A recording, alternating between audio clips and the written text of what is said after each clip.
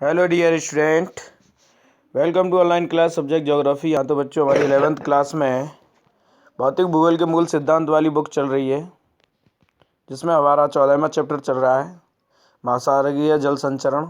और उसमें हम बात कर रहे थे महासागरीय तरंगों की। हाँ तो बच्चों, हम आज बात करेंगे महासागरीय तरंगों की कुछ विशेषताएँ कि महासागरीय तरंगों की कुछ विशेषताएँ होती हैं। सबसे पहले तरंग शिखर एवं गर्त, यानी तरंग का ऊपरी भाग और निचला भाग। इस तरीके की तरंग होती है तो ये ऊपरी भाग होता है और ये निचला भाग होता है। एक तरंग के उच्चतम एवं निम्नतम बिंदुओं को क्रमशः शिखर व गर्त कहा जाता है। तरंग की ऊंचाई, दूसरी विशेषता, यह एक तरंग के गर्त यानी गड्ढा यानी निम्न वाला स्तर, ये वाला, उसके अधः स्थल से शिखर के ऊपरी भाग तक की ऊर्ध्वाधर की दूरी होती है तरंग की ऊंचाई। तीसरा है तरंग आयाम। यह तरंग की ऊंचाई का आधा भाग होता है। तरंग जितनी ऊंचाई होती है उतना आधा भाग, यानी ये इतनी ऊंचाई होती है तो इसका आधा तरंग आयाम कहलाता है। तरंग काल एक निश्चित बिंदु से गुजरने वाले दो लगातार तरंग शिखरों या गर्तों के बीच का समय अंतराल होता है। यानी तरंग को एक स्थान से दूसरे स्थान तक पहुंचने में जो समय लगता है, या शिखर में या गर्त में, तो वो समय अंतराल कहलाता है। इसके बाद में तरंग दैर्ध्य। तरंग दैर्ध्य का मतलब होता है यह दो लगातार शिखरों या गर्तों के बीच की क्षैतिज दूरी होती है। यानी ये बीच की दूरी होती है, ये वाली या ये वाली, दो शिखरों या गर्तों के बीच की क्षैतिज दूरी होती है। तरंग गति। इसके बाद में आता है तरंग गति, वेव स्पीड कहते हैं इसको। जल के माध्यम से तरंग की गति करने की जो तरंग दर है उसको तरंग गति कहते हैं। इसे नॉट से मापा जाता है, यानी हवा के साथ में तरंग की गति कितनी है, उसकी दर कितनी है, वो तरंग गति कहलाती है। और लास्ट में आते हैं तरंग आवृत्ति। यह 1 सेकंड के समय अंतराल में दिए गए बिंदु से गुजरने वाली तरंगों की संख्या से है कि तरंगों की बारंबारता। आवृत्ति का मतलब होता है तरंग की बारंबारता, के एक तरंग के बाद में दूसरी तरंग कितनी संख्या में आती है, वो तरंग आवृत्ति कहलाती है। तो ये बच्चों तरंगों की विशेषताएं हो गई। अब हम बात करते हैं, आगे चलते हैं, ज्वार भाटा। ज्वार भाटा भी एक महासागरीय तरंग है। तो देखिए, चंद्रमा एवं सूर्य के आकर्षण के कारण दिन में एक बार या 2 बार समुद्र का जो तल है उसका नियतकालिक उठने या गिरने को ज्वार भाटा कहते हैं। अंडरलाइन कर लेना। यानी सूर्य और चंद्रमा के गुरुत्वाकर्षण के कारण दिन में 1 बार या 2 बार समुद्र का जल अपनी स्थिति से ऊपर उठता है और नीचे गिरता है, इसी को ज्वार भाटा कहते हैं। जलवायु संबंधी प्रभावों, वायु एवं वायुमंडलीय दाब में परिवर्तन के कारण जल की गति को महोर्मी कहा जाता है। कहने का मतलब यह है, वायु और वायुमंडलीय दाब में परिवर्तन के कारण जब जल में गति होती है तो उसे महोर्मी कहते हैं। महोर्मी ज्वार भाटाओं की तरह नियत नहीं होते, ये लगातार नहीं आते। ज्वार भाटाओं का स्थानिक और कालिक रूप से अध्ययन बहुत ही जटिल है, क्योंकि इसके आवृत्ति, परिमाण तथा ऊंचाई में बहुत अधिक भिन्नता होती है। चंद्रमा के गुरुत्वाकर्षण के कारण तथा कुछ हद तक सूर्य के गुरुत्वाकर्षण द्वारा ज्वार भाटाओं की उत्पत्ति होती है। दूसरा कारक है अपकेंद्रीय बल। पृथ्वी जब अपना एक चक्कर करती है तो अपने अक्ष पे घूमने के कारण इस पे एक अपकेंद्रीय बल कार्य करता है, जो कि गुरुत्वाकर्षण को संतुलित करता है। गुरुत्वाकर्षण बल तथा अपकेंद्रीय बल दोनों मिलकर पृथ्वी पर 2 महत्वपूर्ण ज्वार भाटाओं को उत्पन्न करने के लिए उत्तरदायी हैं। यानी ये 2 कारक हैं, गुरुत्वाकर्षण और अपकेंद्रीय बल। चंद्रमा की तरह वाले पृथ्वी के भाग पर एक ज्वार भाटा उत्पन्न होता है जब विपरीत भाग पर चंद्रमा का गुरुत्वीय आकर्षण बल उसकी दूरी के कारण कम होता है, तब अपकेंद्रीय बल दूसरी तरफ ज्वार उत्पन्न करता है। तो चित्र 14.2 हम देख सकते हैं। ज्वार उत्पन्न करने वाले बल, इन 2 बलों के बीच में अंतर है, यानी चंद्रमा का गुरुत्वीय आकर्षण तथा अपकेंद्र बल पृथ्वी के धरातल पर चंद्रमा के निकट। तो हम इस चित्र में बच्चों देख सकते हैं इस तरीके से। तो ये उभार आता है, ये चंद्रमा अपनी तरफ खींचता है इसको ज्वार भाटा, और अपकेंद्रीय बल में ये इधर साइड में खींचता है। तो इस तरीके, और दो परिमाणीय ज्वार का मतलब होता है चंद्रमा अपनी तरफ खींचता है गुरुत्वाकर्षण और अपकेंद्रीय। तो इस तरीके से ज्वार भाटे उत्पन्न होते हैं। गुरुत्वाकर्षण बल और ज्वार भाटा के बीच में ये संबंध बताया गया है।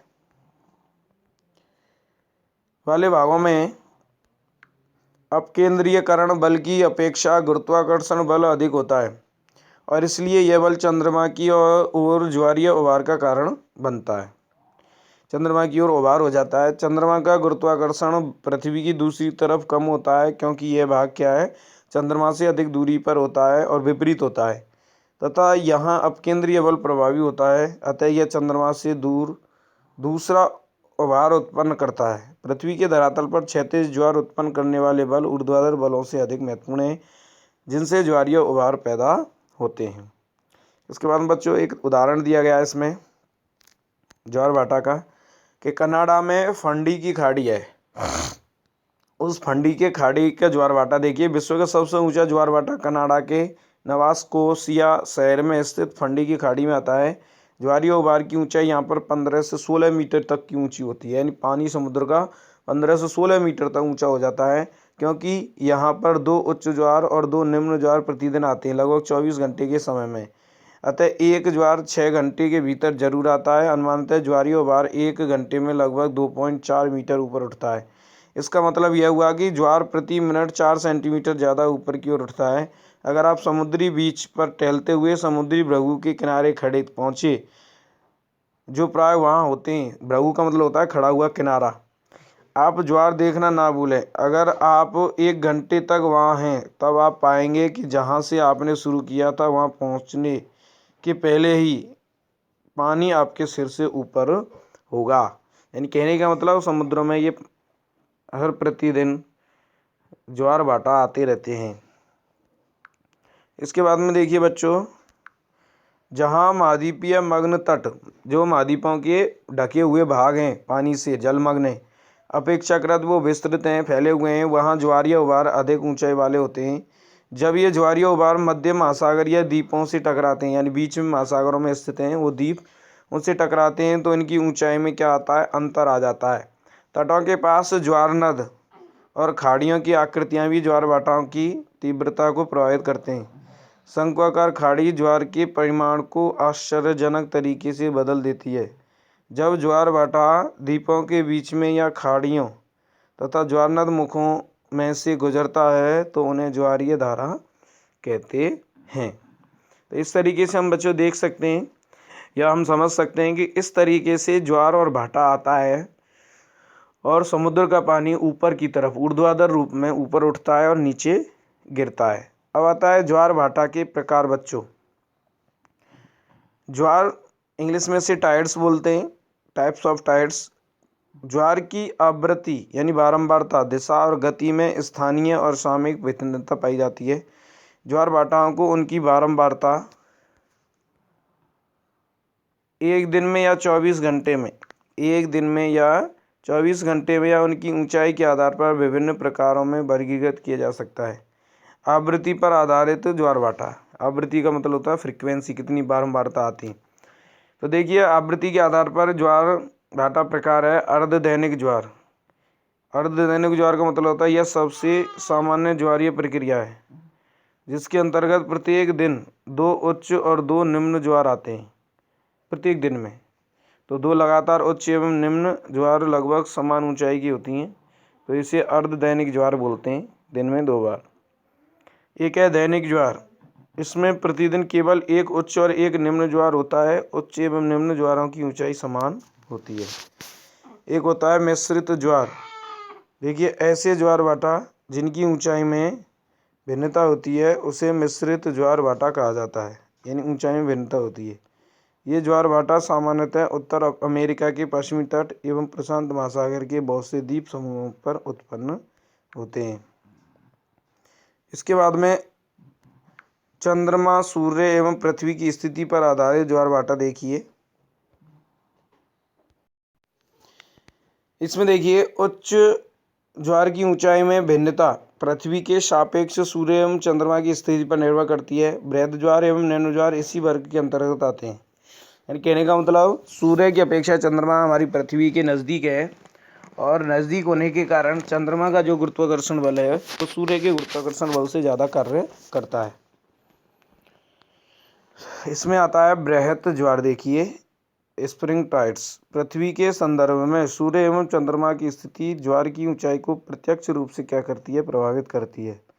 जब तीनों एक सीधी रेखा में होते हैं तब ज्वारीय उभार अधिकतम होगा। इनको बृहद ज्वार भाटा कहा जाता है तथा ऐसा महीने में 2 बार होता है, पूर्णिमा के समय तथा दूसरा है अमावस्या के समय। पूर्णिमा और अमावस्या के समय ये बृहद ज्वार आते हैं। इसके बाद में नीप्स टाइड्स जिसे बोलते हैं निम्न ज्वार।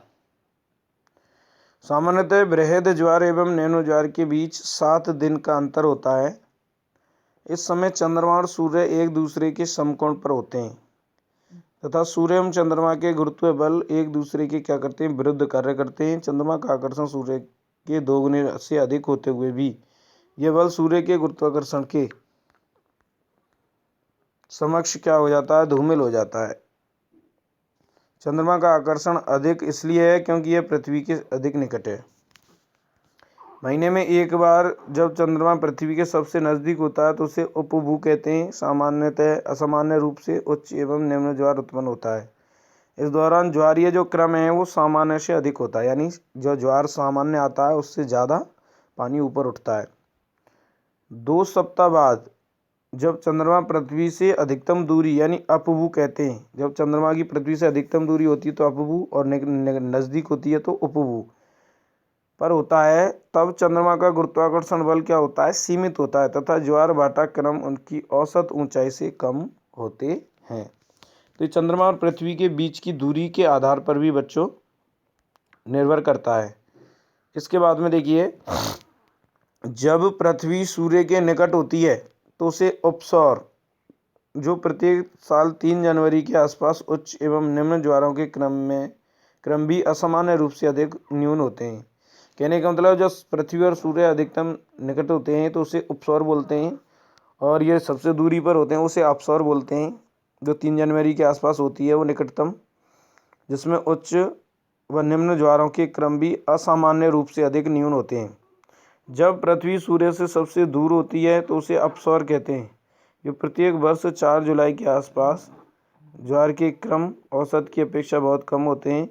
उच्च ज्वार व निम्न ज्वार के बीच का समय जब जल स्तर गिरता है ज्वार भाटा कहलाता है। उच्च ज्वार एवं निम्न ज्वार के बीच का समय जब ज्वार ऊपर चढ़ता है तो उसे बहाव या बाढ़ कहा जाता है। इसके बाद में हम बात करेंगे बच्चों कल। आज के लिए इतना ही है। धन्यवाद। ज्वार भाटा का महत्व कल बताएंगे। धन्यवाद।